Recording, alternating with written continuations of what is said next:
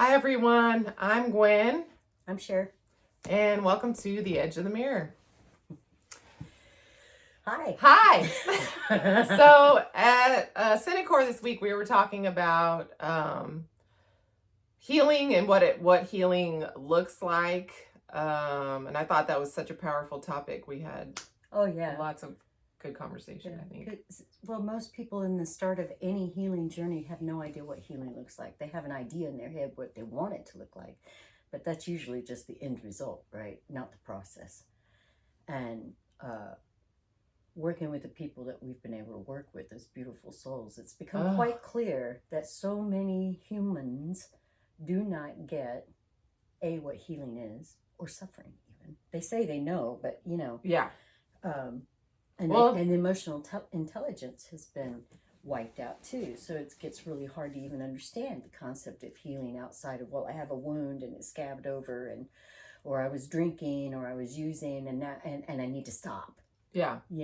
So yeah. Well, who wants to hear, suffering's the precursor to pain? Like, no, they've been suffering their whole lives. The last thing they want to hear is like, what? But they don't understand they have to change their relationship to suffering to understand why they're suffering, and how to transform it. So I think we had some really good, I felt some light bulbs going off in there, But we didn't get to a lot. So what was one of the main things you wanted to touch on that you weren't able to get to?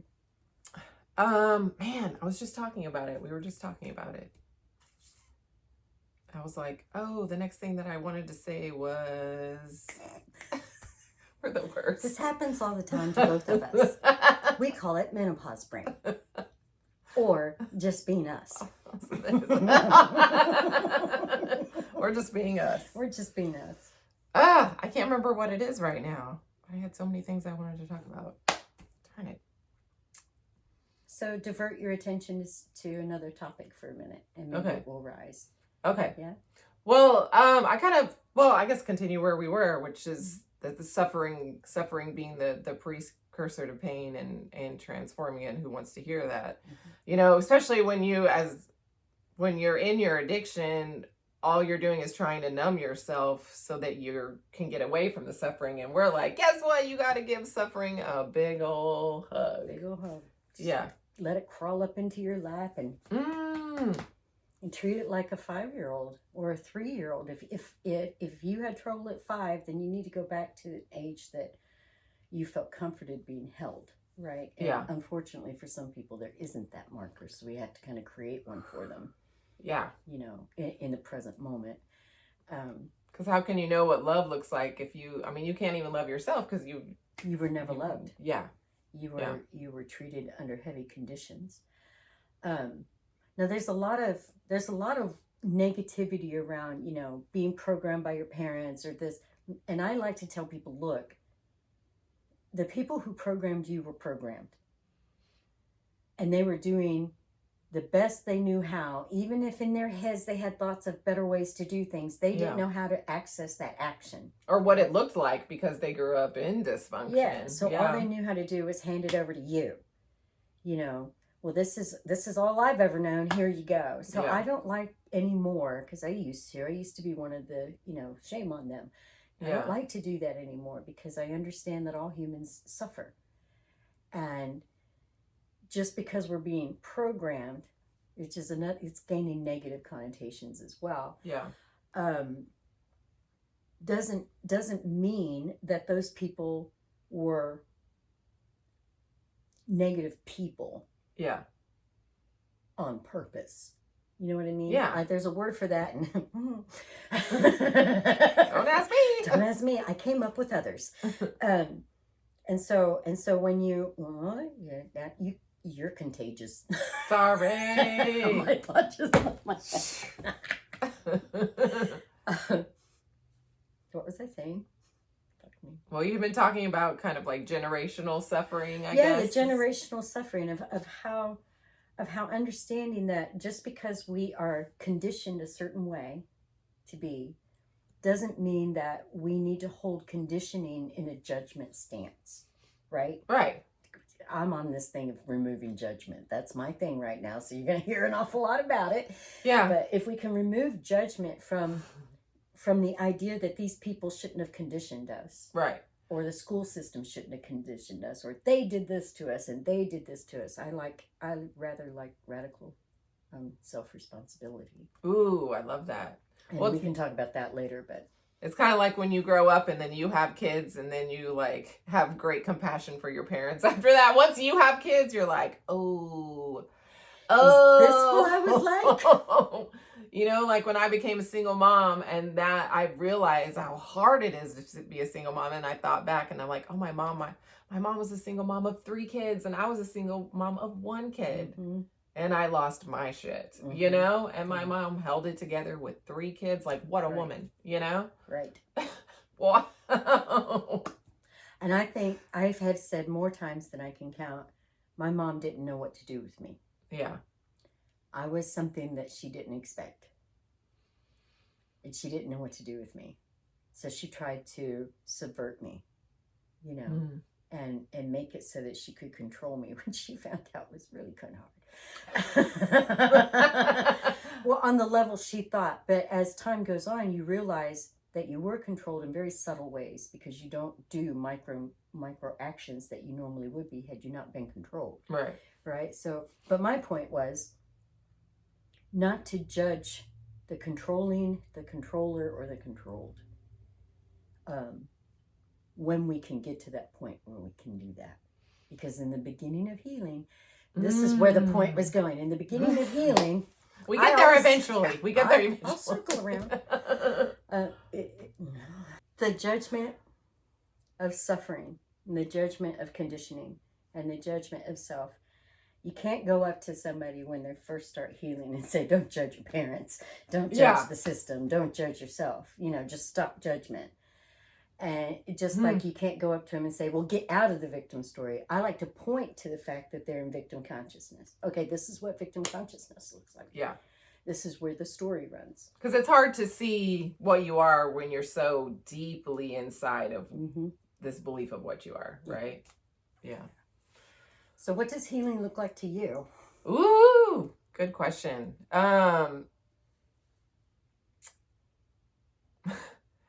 Confusion. Like like now I have a hold of what, like I can feel it coming before it's there, right? Like I intuitively, I feel it, you know? But man, when I first got sober and, I was talking to a friend, yesterday about this, how when you're newly sober, you feel like a baby. You feel like a very vulnerable baby, you know, just like everything in the world. It's just like so much, especially if you're any kind of empath or like intuitive person, or do you know what I mean? Like for me, I know that I'm like that, and that's part of why I drank, because there was just so much to take in. I had to have like a barrier. Oh, that's, you know, such a common reason to dive into substance abuse. I mean, and I never would have even realized that, you know, that's something that I just ended up uncovering. Pardon me. I don't even know why it did that. I don't think you've ever done that before. That's a new one. Okay. Sorry.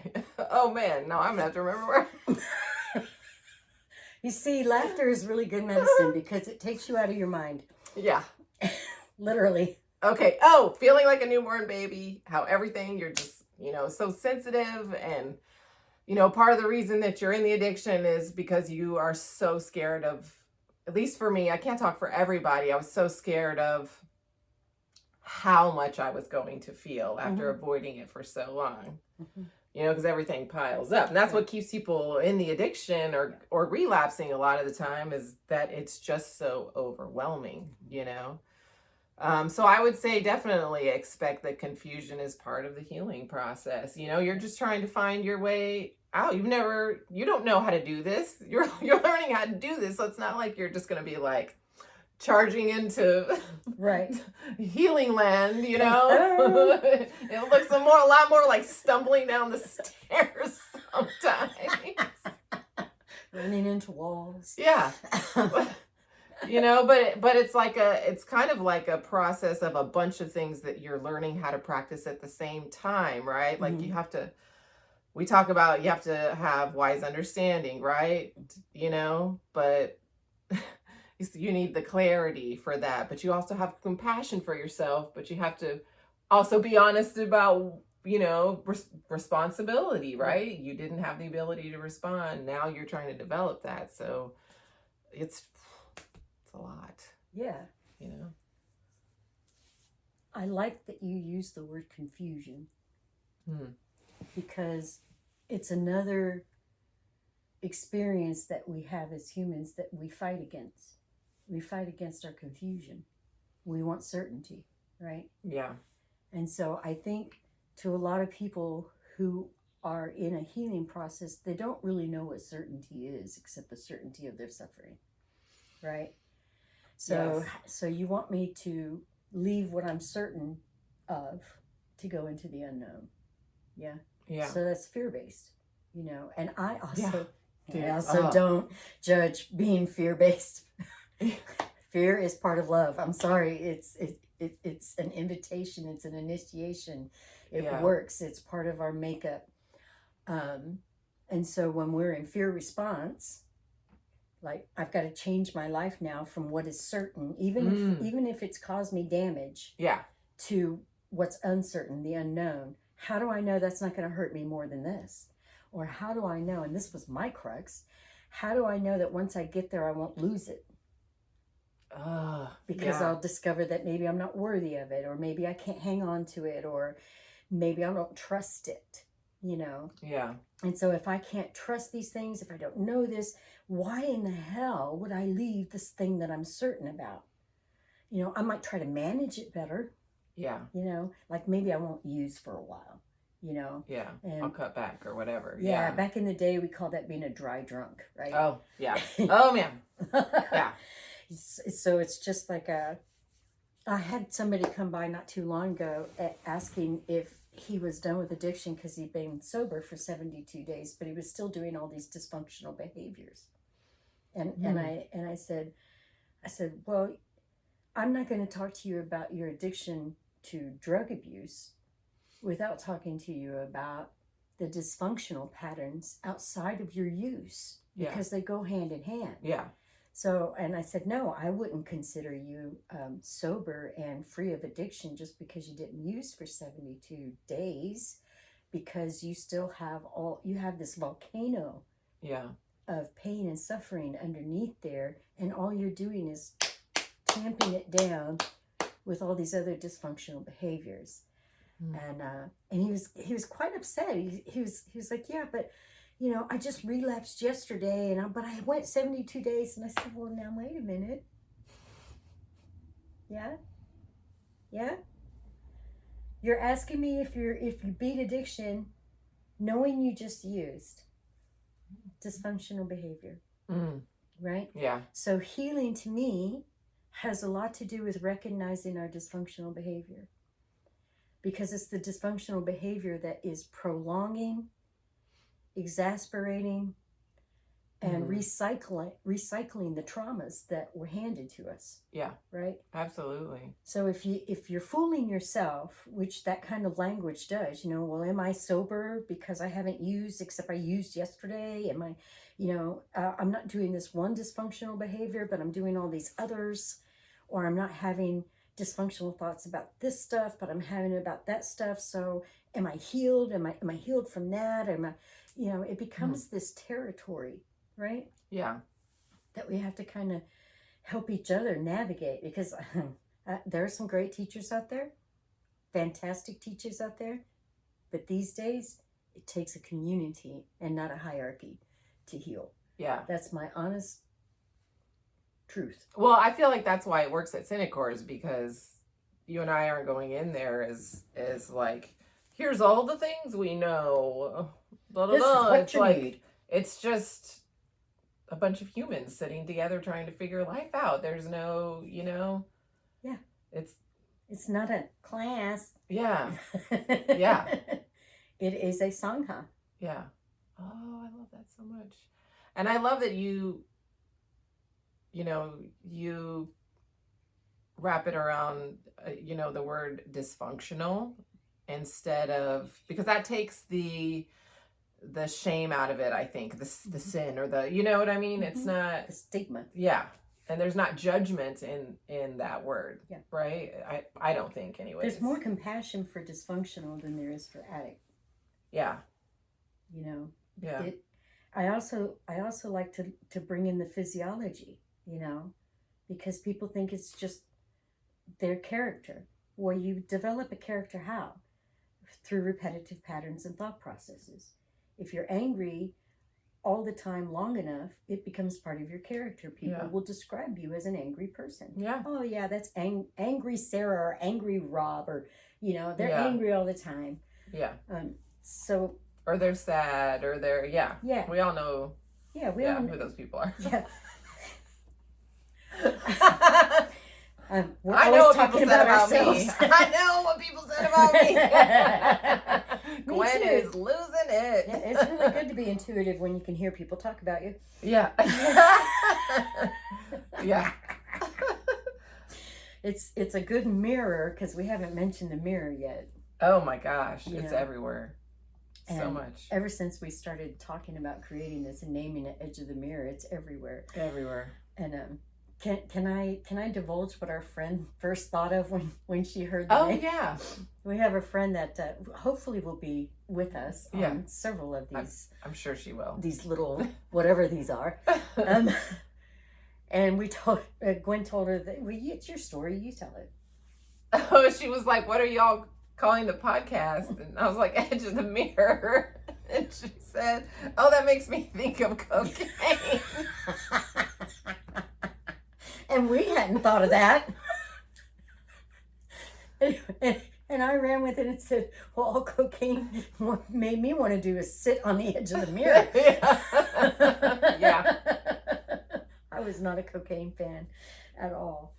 But being able to self-reflect is a big part of healing. And guiding people through that is a big part of my purpose. Right. And it's like we have to teach them, like, here's wise understanding, have compassion. Because once you understand, sometimes it's hard to not judge yourself. It's kind of like, but when you have that compassion there, that's what kind of makes the judgment kind of dissipate, right? Yes. Because you're like, oh, I understand, why this person did that, or why I did this, I think that's part of like the training wheels of healing, right? In early sobriety, or any journey that you're on, right? Like maybe divorce, coming out of catastrophic divorce. Yeah. I mean, all kinds of things. Mm-hmm. Whatever your struggle in life is. Your dysfunctions. Yeah. We all have them. Yeah. Oh God.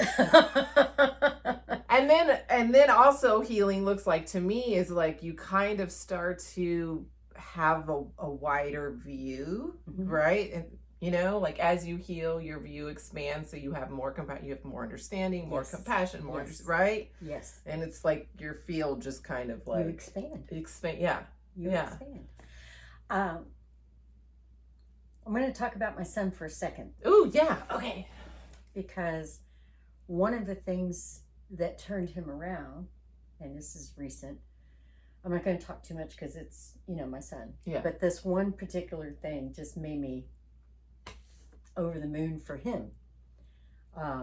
He was in a predicament where he had lost everything, and he had no place to go, and he had to stay in the same place for a long time.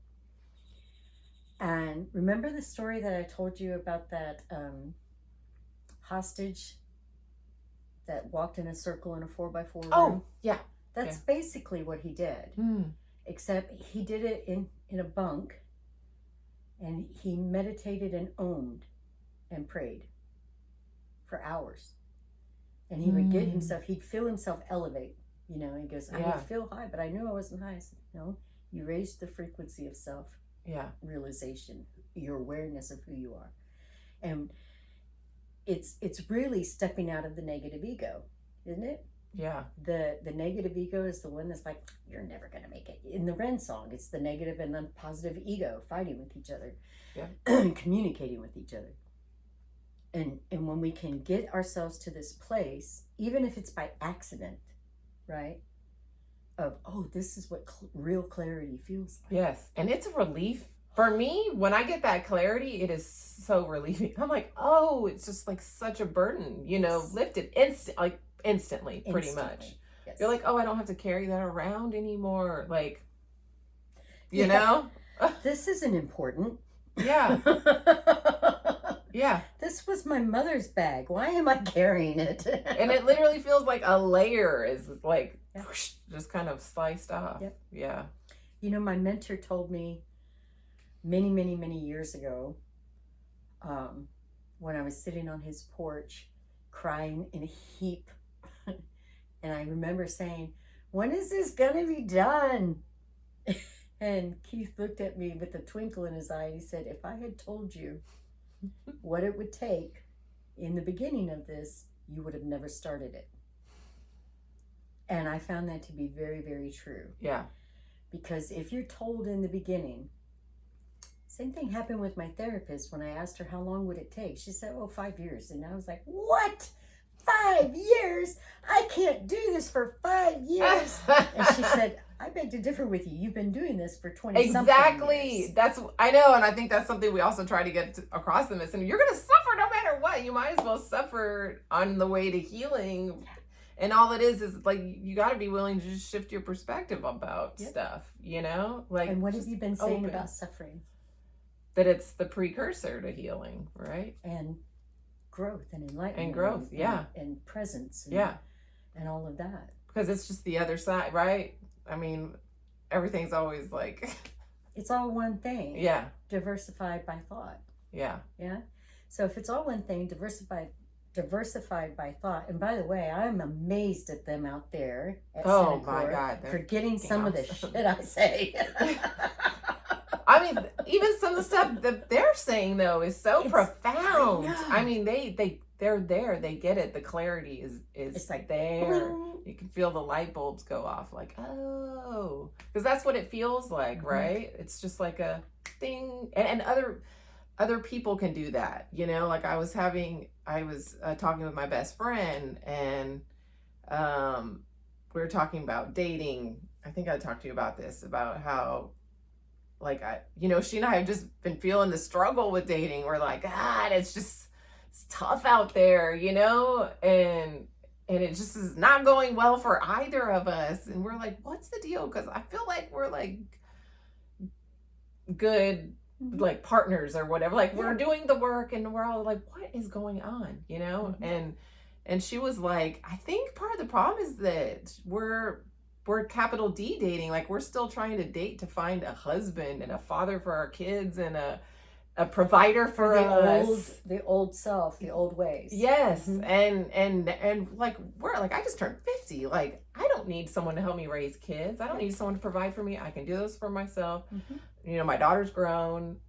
Why is it so serious? Yeah. Like why? No wonder we're struggling, because we're not having clarity still going about after what the old self thought was true. Yeah. Or was what we needed. Yeah. Like you have to have this as a woman this from a man or whatever. Success. Or partner. This equals health. This equals healthy relationships. When what we're discovering now is, the whole marriage thing. I've been married for 40 years and it's worked out really well. But I'm noticing more and more people not wanting to get married. Yeah, I don't think I do. I don't think I do, to be honest. And if you look at the population of the world right now, it makes sense. Yeah. That there would be a slowdown in the species as the species. I'm going off topic. Oh yeah, we are. Sorry. That was my fault. It's okay. But as the species overwhelms itself, it naturally starts to pull back. And of course, you have people blaming it, this and that and the other thing. Yeah. But if you're no longer attracted to your old self as your character, right? Yeah. Because none of those elements fit anymore. Then, of course, dating, from what you knew, the certainty of what you knew dating was supposed to be, isn't going to work. You're only going to draw the people that you would have drawn from the old self. Yeah, right? It's true. And that's why that's one of the things I was talking about. Like, you're going to keep getting the lesson, or you're going to keep getting the, you know what I mean? Life is just going to keep going bam, bam, with the same freaking things over and over till you understand that, like, that's what you're drawing yourself, because that's the view, the lens that you're seeing things through. Exactly. And it was like the second she was saying these things, it was like ping, ping, ping, ping, ping. And it just opened up to me. And I'm like, oh God, I don't have to carry this. I don't have to find my Prince Charming. I don't have to, you know what I mean? So does that make sense? You know what I mean? I was like, freedom. But now I'm like, oh, it's just lighten up. I'm in the latter part of my life. Like, don't need to do capital D. No. Any capital anything. No. Capital religion, capital you do it. No. None of it. What for? Yeah. That's not fun. No, I like to have fun. I'm all about having fun. If it's not fun, I quit doing it these days. Yeah. You know, I only do things so long as I'm having a good time. And I have fun. We have fun talking about suffering. We do. Actually, I do. As you've watched, we laugh a lot. Yeah. It's because we suffered. Oh, a lot. So much suffering. And part of being on the edge of the mirror is being able to realize the depth that's in that field, you know, of reflection. Yeah. And you start to understand, okay, I'm going to take this a little esoterically. You start to understand that, you know, all of that stuff, that depth of myself, these thoughts, these ideas, this suffering, this healing, are all there for me. It's not against me. Yes. And that's, yeah. And the more I look into the reflection, the more truth I will see about myself. But I have to see past the lies. I have to see past the conditioning. Whether I'm mad at my parents or my school system or my government for conditioning me or not, that's a whole nother thing. But being able to look past the conditioning and start getting glimpses of a higher reality. Yes. A brighter and a more expansive reality of yourself. And I'm not even going off into woo-woo land. I'm just the expansiveness of knowing yourself. Yeah. Which used to terrify me. That's what, right? Yeah, because all I'm going to find is my dark ego. Yeah, side. I'm like, I don't want to know. I don't want to explore. I don't want to know, you know? And don't make me look at that. But now I'm like, I want to know. And that's what healing looks like too. It goes from, I don't want to see that to, I want to know. Yeah. You know? Yeah. I'm curious now. So it goes from fear of seeing and knowing to the curiosity of not just seeing and knowing, but developing. Yeah. I think that's good. It's a good word. I was just thinking that too. It's like it takes a repetitive. That's why those things keep happening. And it's not like when you see this dysfunctional habit or thought or whatever that you have, like right when you see it, you know how to heal it. You know, you understand, you have all this clarity, and it never happens again. Oh no. That's where you gotta laugh, because life is like, oh, now you recognize it. Well, now it's going to keep happening to where you understand it. And then you finally get that freedom, right? It's just boom, boom, boom, boom. It's going to keep knocking you down. Gotta get the nugget. But Keith used to say, look, if I had a treasure for you, would it be a lot more fun for me just to give you the treasure, or would it be a lot more fun to put a red mark on the ground and say, here's where it's at, go have fun and find it, and it's all yours? And there would be times when people would say, oh man, I'd have more fun if you just gave it to me. And he'd go, okay, but now we know where to work.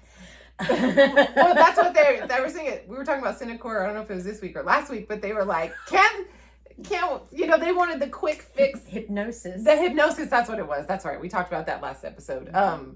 That they were like, can you hypnotize me out of the addiction? And we're just cracking up, because we're like, man, the journey is disempower you. Yeah, the journey is the greatness of the everything, right? I freaking love this stuff. I love that. I said, you know, well, sure. I mean, that can happen, because I've seen people be hypnotized and stop smoking and stop drinking and stuff. But what usually happens more often than not is the addiction shows up or the dysfunction shows up in another area of the life. Absolutely. So we might quit drinking, but we become a workaholic. That was me. That was me. And then COVID happened and all my jobs went away and I'm there suddenly facing myself with no distraction. And I'm like, ah! Yeah. You know? Oh, yeah. Facing yourself with no distraction. Well, that's what my son did. Yeah. He had to face himself because there was no distractions. You know? Yeah. Absolutely zero distractions. So he was with his head the whole time he was where he was. And it was just like, but you know, that's... You have to have that struggle, you know? People don't want to hear this. That is the gold.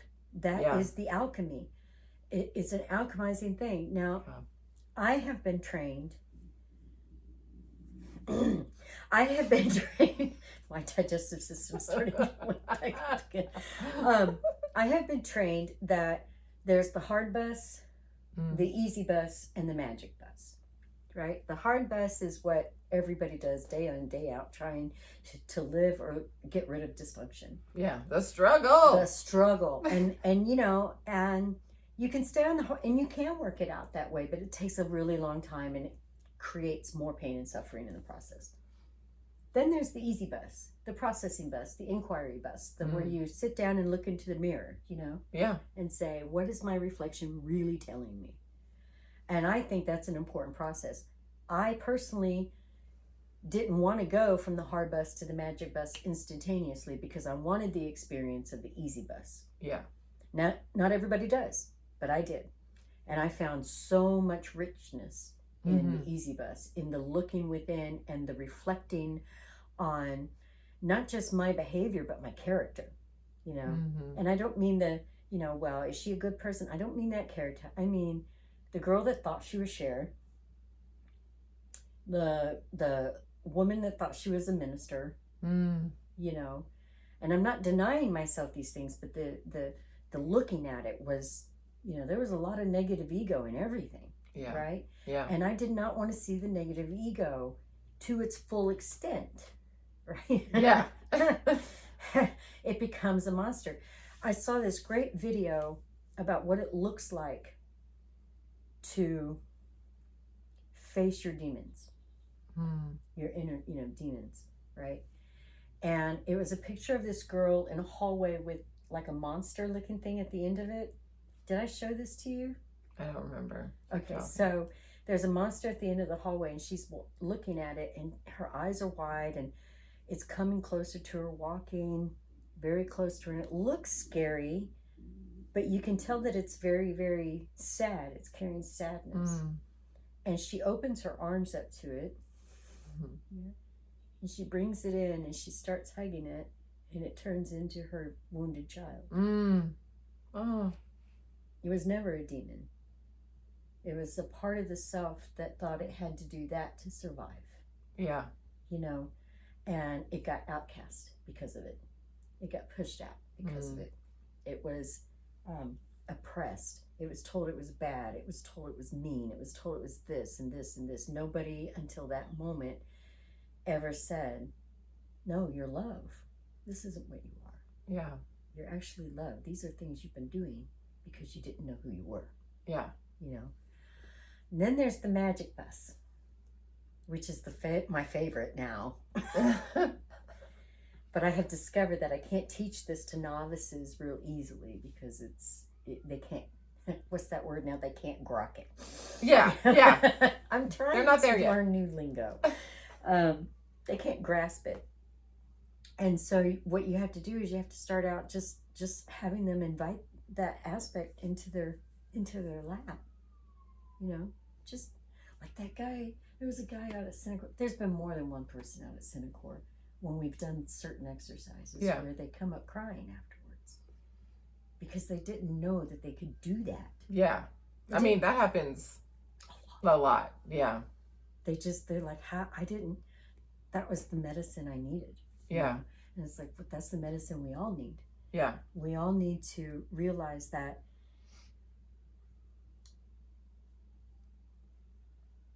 there's a way to see yourself that is beyond limits. Right? Yeah. helping them get there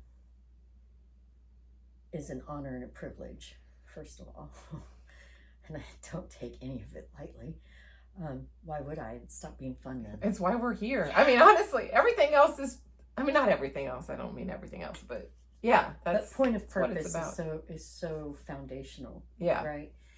And it's foundational in healing too, to develop a point of purpose. You know, if my point of purpose isn't getting high all day and numbing out and not engaging and not really connecting, but connecting to my negative ego and the anger and the shame and all of that, fucking hell, I did it again. Where'd it go? Stop that. I'm blaming part of this on being slightly ill still. I think I get what you're saying. It's just this.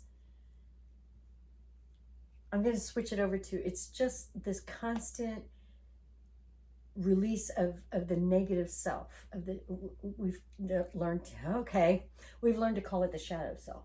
Yeah. You know, and we've lived as this shadow for so long that the light fucking terrifies us, and we're ashamed in it. You know, when I first realized that's when I realized in my Christian training, that's what they meant by it was terrifying to face God. Because you have to face your divinity. You have to face the core of yourself, the truth of yourself, the light part of yourself from your shadow. Yeah, that's a hard thing to grasp when you don't know the difference. You can't even tell the difference, you know? You can't. And that's what we were talking about, I think, before we started recording this. Yes. It's like part of the reason that's where the confusion in healing is, though. Because I was talking about, like, well, when you go to the doctor and they're like, where does it hurt? And you're like, right here, right here. But when we're like, emotionally, we're talking to them, where does it hurt? They don't even know how to identify what the emotions are and where they come from. Or, I mean, they're, you know, it's emotional like a web intelligence is not there. Yeah. And it's a form of ignorance, and there's nobody to blame for it. It's just not there. So it has to be instilled somehow. Yeah. You know, and if it can be instilled through compassion, kindness, and awareness, then you help them empower themselves. If you do it through shame and guilt and oppression, all you do is get them to believe that they're not worth anything more than what they're getting. Yeah. You know, we see so many women in Cinecore who are in relationships that are dysfunctional, and they have been torn down to the point where that's what they believe they are worth. Yeah. And I was one of those women many years ago. You know, well, I was all of 20. Nobody's ever going to love me. I'm completely unlovable. I only attract abusers. I only attract dysfunction. I couldn't see at the time I was attracting the dysfunction because I was dysfunctional. Yeah. And because I was dysfunctional and living in a dysfunctional me, the only way for that me to survive is to be in a dysfunctional environment. Yeah. Dysfunction attracts dysfunction. Yeah. It's the mirror. Yeah. It's the reflector. It's the initiation of alchemy. Yeah? Yeah. If I look deep enough into my dysfunction, no, I don't want to. So you have to, I don't really like the terminology, but I'm going to roll with it. You have to get yourself to a point to where you actually want to see, which is where we are now. You know, it's exciting. You know? Yeah. Oh, I know. What's this resistance about? I know. Now I'm like, oh, I'm about to learn something and shed some things. I know it's about to go away, or I'm another step closer, or whatever. You know, it's an onion. Can I ask you, have there been times when you've let something go, but the second you let it go, you couldn't remember what it was? Oh yeah, I mean, just notice. Absolutely. And then sometimes someone will bring something up from back in that time period, and I'll remember that. I'll remember what that felt like, that belief, or that, you know, whatever negative thought loop, whatever, you know, whatever it is. And I'll be like, oh yeah, I forgot I used to do that. Oh, okay, thank you. So let's wrap up. Yeah. Real quick. We can do a part 2 on this, or we just continue. We just talk. We're just going to keep talking, honestly.